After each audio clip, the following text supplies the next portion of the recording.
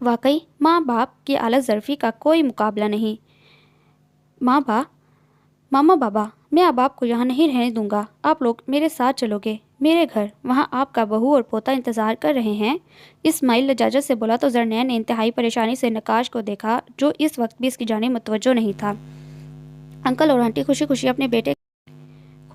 اپنے بیٹے کے ساتھ اس کے گھر چلے گئے۔ زرنین انتہائی متفکر تھی کہ اب وہ کہاں رہے گی، لیکن اس بار بھی نقاش نے اس کی پریشانی منٹوں میں دور کی۔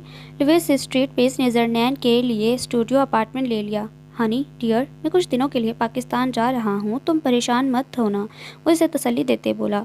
لیکن نقاش، میں امریکہ میں اکیلی تنہا کیسے؟ ہنی اٹس اوکے، یہاں بہت اچھے لوگ ہیں اور ایسے لوگ بھی ہیں جو اکیلے رہتے ہیں۔ اچھا چلو میں تمہیں شاپنگ کروا دیتا ہوں، گھر والوں کے لیے بھی کچھ لینا چاہو تو لے لینا۔ یہ کہہ کر وہ باتھ روم کی جانب بڑھا۔ شاپنگ مال میں نقاش زرنین کو بے دریغ شاپنگ کروا رہا تھا۔ وہ مال کے تیسرے فلور پر آئے کہ ایک یورپین لڑکی نقاش کو دیکھ کر فوراً لپٹ گئی اور شستہ انگریزی میں اس سے اتنے دن غائب رہنے کا شکوہ کرتی رہی۔ دونوں نے ہی اسے فراموش کر دیا۔ وہ چپ چاپ کھڑی ان کی گفتگو سن رہی تھی۔ وہ لڑکی تو بڑے دل ربا انداز میں اپنے دل کی حقائق بیان کر رہی تھی، جبکہ نقاش کا وہی بے پرواہ انداز۔ پھر شاید کسی نے اسے آواز دی تو وہ اسے ایکسکیوز کر کے اور رابطہ رکھنے کی تاکید کر کے وہاں سے چلی گئی۔ نقاش نے زرنین کا اس لڑکی سے تعارف کروانے کی ضرورت بھی نہیں سمجھی۔ یہ بات نہ جانے کیوں نقاش کی یہ بات نہ جانے کیوں زرنین کو بہت محسوس ہوئی۔ اس کا موڈ خراب ہو گیا۔ اسٹوڈیو اپارٹمنٹ میں آ کے زرنین اور زیادہ اداس ہو گئی۔ تنہائی اچھی چیز ہے کیونکہ یہ آپ کو آگاہی فراہم کرتی ہے، آپ کی خوبیوں اور خامیوں کا ادراک کرواتی ہے، لیکن حد سے زیادہ تنہائی ایک سلو پوائزن کی مانند ہے جو دیمک کی طرح اندر ہی اندر سے آپ کو کاٹ کر کھوکھلا کر دیتی ہے۔ وہ فطرتاً ملنسار لڑکی تھی، کسی بات پر بے تحاشا ہنسے جانا اور اونچے اونچے کہجکے لگانا اس کا خاصا تھا، لیکن جب ابا بیمار ہوئے تو اس کی ساری شوخی زندہ دلی نہ جانے کہاں چھپ گئی۔ اس کے اندر سے ہلا گلا کرنے والی لڑکی اب بھی زندہ تھی۔ وہ ابھی اماں اور مشل اور دعا سے بات کر کے فارغ ہوئی تھی اور اکیلے اپارٹمنٹ میں زور و شور سے رو رہی تھی۔ مشل کا اچھا رشتہ آیا تھا اور وہ لوگ جلدی شادی کرنا چاہتے تھے، جبکہ نقاش نے اماں سے کہہ دیا تھا کہ وہ فوراً مشل کی شادی کر دیں کیونکہ رشتہ اچھا ہے۔ شادی کا سارا خرچہ نقاش نے اٹھانے کا کہا۔ زرنین کا بے تحاشا دل چاہ رہا تھا کہ وہ پاکستان جائے اور مشل کو دلہن بنا دیکھے، لیکن سیمسٹر کی وجہ سے وہ جانے سے قاصر تھی۔ وہ پاکستان جانے کے لیے تڑپ رہی تھی۔ اس کی کیفیت اس پرندے کی مانند تھی جس کے پر کاٹ کر اسے پنجرے میں ڈال دیا ہو، روتے روتے نہ جانے کب وہ سو گئی۔ اس کا سیمسٹر اب ختم ہونے والا تھا اور زرنین کی خوشی کا ٹھکانہ نہ تھا۔ وہ جلد از جلد اپنے ملک، اپنے دیش جانا چاہتی تھی، جہاں سب اپنے تھے، جہاں اس کی جڑیں تھیں، اس کی بنیادیں تھیں۔ آخری پیپر والے دن نقاش نے کہا کہ وہ اس کے اپارٹمنٹ آئے گا اور وہ دونوں مل کر ڈنر کریں گے۔ یونیورسٹی سے آتے ہی اس نے کچن سنبھالا اور انواع و اقسام کے کھانے پکانے میں لگ گئی۔ شام کو نہا کر اس نے سب سے اچھا سوٹ پہنا اور ہلکا پھلکا میک اپ کر کے محو انتظار تھی۔ گھڑی کی سوئیاں اپنے مخصوص وقت سے آگے بڑھتی رہیں، لیکن نقاش ابھی تک نہیں آیا۔ انتظار کرتے کرتے کافی وقت بیت گیا، لیکن نقاش ہنوز غائب۔ رفتہ رفتہ بے بسی اور بے چارگی نے اسے آن گھیرا۔ تم ایک سنگ دل اور بے حس انسان ہو نقاش، تمہارے سینے میں دل نہیں پتھر ہے۔ یہ کہہ کر وہ رونے لگی۔ نہ جانے جو ہی آنسو بہاتے کتنا وقت بیت گیا، جب تھک کر وہ خود ہی چپ ہوئی تو نقاش کو فون کرنے کا خیال آیا۔ اس نے موبائل کا نمبر ملایا تو دوسری جانب نسوانی آواز نے اسے سر تاپا سلگا دیا۔ نقاش کہاں ہے؟ وہ انگلش میں بولی۔ وہ یہاں نہیں ہے۔ اس لڑکی کا جواب سن کر زرنین نے ٹیلی فون زور سے پٹکا اور ایک بار پھر زاروں قطار رونے لگی۔ مان ڈور بیل بجی تو زور سے چونکی۔ ڈور بیل متواتر بج رہی تھی۔ اس نے آنسو اپنی ہتھیلی سے رگڑے اور حلیہ درست کر کے دروازہ کھولا تو سامنے وہی دشمن جاں ڈنر سوٹ پہنے خوشبوؤں میں بسا، ہاتھ میں تازہ پھولوں کا بوکے اور ایک ڈبہ تھامے اسے سخت اشتعال سے دوچار کر گیا۔ یہ وقت ہے آپ کے آنے کا، وہ لفظ چبا چبا کر بولی۔ سارا میک اپ آنسوؤں سے دھل گیا تھا۔ Oh I am sorry honey, actually Stella بھاڑ میں گئی۔ اسٹیلا، میں یہاں آپ کا شام سے انتظار کر رہی ہوں اور آپ، یہ کہہ کر وہ منہ چھپا کر رونے لگی۔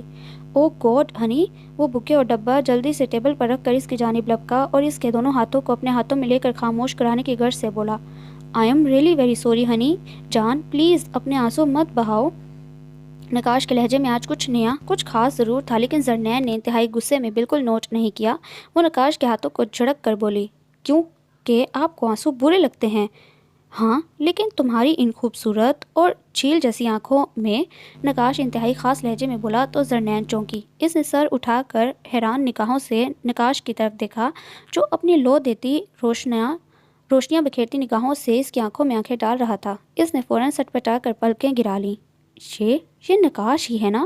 وہ زیر لب بڑبڑائی، جسے بخوبی نقاش نے سنا۔ نہیں، یہ نقاش کا بھوت ہے، وہ اسے چھیڑتے بولا۔ آپ اتنی دیر سے کیوں آئے اور آپ کا موبائل ہمیشہ کوئی لڑکی ہی کیوں اٹینڈ کرتی ہے؟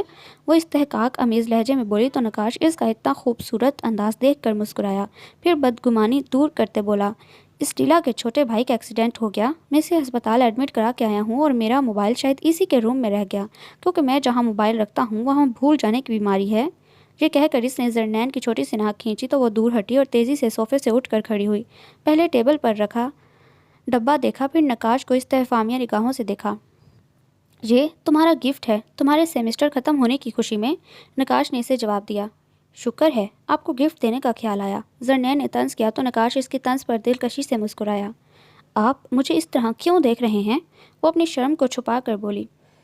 اس لیے کیونکہ رونے سے تمہارا چہرہ بالکل بھوت جیسا ہو گیا ہے، نقاش ہنس کر بولا تو زرنین جلدی سے واش روم میں چہرہ دھونے کی غرض سے بڑھی۔ اتنی زیادہ دیر مت لگانا ہنی، ہم ڈنر باہر جا کر کریں گے، عقب سے نقاش کی آواز آئی۔ زرنین کے منع کرنے کے باوجود نقاش اسے ڈنر کے لیے لے آیا۔ معلوم ہے ہنی، یہ کیفے یہاں کا سب سے زیادہ رومانٹک کیفے ہے، نقاش ہلکی سرگوشی میں بولا تو زرنین نے چاروں طرف دیکھا۔ واقعی کیفے بہت خوبصورت اور رومانٹک تھا۔ ڈنر سے فارغ ہو کر نقاش اسے لانگ ڈرائیو پر لے گیا۔ اس نے ابھی تک اس سے اس بات کا تذکرہ نہیں کیا تھا کہ وہ آئندہ کی زندگی اس کی سنگت میں گزارنے کا خواہاں ہے یا صرف ایک دن بتانے کا خواہش مند۔ گاڑی میں سلو میوزک سے لطف اندوز ہوتا نقاش نہ جانے کیا فیصلہ کیے بیٹھا تھا۔ نقاش، آپ نے پھر کیا سوچا؟ زرنین نے بالآخر پوچھ ہی لیا۔ کس بارے میں؟ وہ انجان بنا۔ میں پاکستان جانا چاہتی ہوں، وہ دھیرے سے بولی۔ ہاں ہاں جاؤ، بالکل جاؤ، میں نے کب منع کیا ہے؟ وہ سر ہلا کر بولا۔ تو پھر آپ نے کیا سوچا؟ وہ پھر سے بولی۔ کس بارے میں ہنی؟ تم کھل کر بات کرو، اس نے اسے بات پر اکسایا۔ وہ پیپر میرج، وہ ہکلا کر بول دی۔ اس نے جو ہی نقاش کی جانب دیکھا تو غصے سے آگ بگولا ہو گئی۔ نقاش بڑی مشکلوں سے اپنی ہنسی روک رہا تھا، اس کی آنکھوں میں شرارت تھی۔ نقاش، آئی ول کل یو، یہ کہہ کر زرنین نے نقاش کے بازو پر مکوں کی بارش کی، جبکہ نقاش کہکا لگاتار لگاتا رہا۔ پھر ایک سائڈ پر گاڑی روکی تو زرنین انتہائی تل ملا کر باہر نکلی۔ اس نے باہر نکلتے ہی ہلکی ہلکی بوندا باندی شروع ہو گئی۔ ارے ہنی، تم بات تو سنو، پیچھے سے نقاش کی آواز آئی۔ سنسان روڈ پر نقاش کی گمبھیر اور دلکش آواز گونج رہی تھی۔ مجھے کچھ نہیں سننا، آپ بہت برے ہیں، وہ اونچی آواز میں بولی۔ ویسے تمہیں معلوم ہے یہ روڈ بھی شکاگو کی بہت رومانٹک روڈ کہلاتی ہے، وہ پھر بولا۔ رومانٹک؟ آپ نام کو نہیں ہیں، رومانٹک جگہوں کے بارے میں خاصی معلومات ہے، وہ ہنوز لہجے میں بولی تو لمبے لمبے ڈگ بھرتا نقاش اس کے قریب آیا۔ ہاں ہنی، یہ سچ ہے کہ میں جذبات اور احساسات سے عاری شخص تھا۔ پیار، عشق، محبت، یہ لفظ میرے لیے اجنبی اور بے معنی تھے، پھر رفتہ رفتہ نہ جانے کب تم مجھے اچھی لگنے لگی۔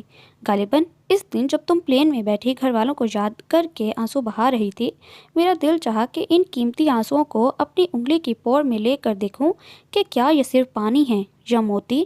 وہ ایک جذب کے عالم میں بولتا چلا گیا اور زرنین حیران سی سے سنے گئی۔ پھر جب اسماعیل کے آنے پر انکل آنٹی کے وہاں جانے کا تم نے سنا تو بے تحاشا پریشان ہو کر میری جانب دیکھا۔ میں نے محسوس کیا کہ تم مجھ پر بہت زیادہ ڈیپینڈنٹ ہو گئی ہو، اور ان دنوں بزنس میں بہت زیادہ کرائسس چل رہا تھا، میں تمہیں وقت نہیں دے پاتا اور شاید تم اپنی پڑھائی بھی چھوڑ دیتی۔ یہی سوچ کر میں تم سے لا تعلق رہا، لیکن جانے نقاش، میں تم سے بظاہر لا تعلق رہتے ہوئے بھی تمہاری پل پل کی خبر رکھتا رہا کہ کہیں تم کسی مشکل میں تو نہیں۔ وہ پھر سے اس کی ناک کھینچ کر بولا تو زرنین نے تڑک کر کہا۔ مجھے آپ کی بات پر بھروسہ نہیں، آپ کی اتنی ساری لڑکیوں سے دوستی ہے، آپ وہ الٹی سیدھی چیزیں بھی استعمال کرتے ہیں جو اونچی سوسائٹی کی شان سمجھی جاتی ہیں، اور یہ سب چیزیں مجھے پسند نہیں۔ اس کی اکڑ دیکھ کر نقاش مسکرایا۔ جب سے تم نے میرے دل پر قبضہ کیا، لڑکیوں سے دوستی تو کیا، سب الٹی سیدھی چیزوں کو میں نے چھوڑ دیا۔ زرنین کا بس نہیں چل رہا تھا کہ قدرت کی جانب سے دی گئی اس خوشی سے جھوم اٹھے، لیکن اس نے اپنے آپ پر قابو رکھا۔ اور وہ اسٹیلا، وہ مشکوک انداز میں بولی۔ اوہ مائی گاڈ ہنی، تم کتنی شکی ہو، وہ میرے دوست جان کی وائف ہے، نقاش طبیعی انداز میں بولا تو زرنین پوری طرح پرسکون ہو گئی. پھر نقاش کی طرف دیکھ کر بولی, پاکستان کب جانا ہے؟ پرسوں صبح, کیونکہ 4 دن بعد مشل کی شادی ہے. وہ جتنے آرام سے بولا زرنین اتنے ہی زور سے اچھلی. واٹ؟ کیا مشل کی شادی نہیں ہوئی؟ دعا تو کہہ رہی تھی کہ ہو گئی. وہ انتہائی اچھمبے سے بولی, تمہارے بغیر کیسے ہو جاتی ہنی؟ دعا کو میں نے کہا تھا کہ تمہیں ایسا بولے. سرپرائز کے طور پر میں نے ڈیلے کرا دی. وہ اسے والہانہ انداز میں دیکھتا بولا. پھر جلدی سے بولا, ہنی اب ہنی مون کے لیے ہمارے پاس صرف 1 دن اور 2 راتیں ہیں, لہٰذا تم ٹائم ویسٹ مت کرو. نقاش کے اس جملے نے اسے بری طرح پزل کر دیا. اوف وہ نقاش اب بہت بے باک ہیں, وہ جھنجھلا کر بولی. لیکن اسی اثناء میں نقاش آس پاس کے سناٹے کا فائدہ اٹھا کر اس کے بے حد قریب آ چکا تھا. اب اسے تنہائی اکیلے پن کا خوف نہیں تھا, کیونکہ اس کا مسیحا اب اس کا صنم بن چکا تھا. So listener, that was the end of today's novel. Hope that you like it. Do subscribe if you like it. Is the only source of motivation for me. بہت جلد ملتی ہوں کسی نئے ناول کے ساتھ. تب تک کے لیے اپنا بہت زیادہ خیال رکھیں, مجھے دعاؤں میں شامل رکھیں. اللہ حافظ.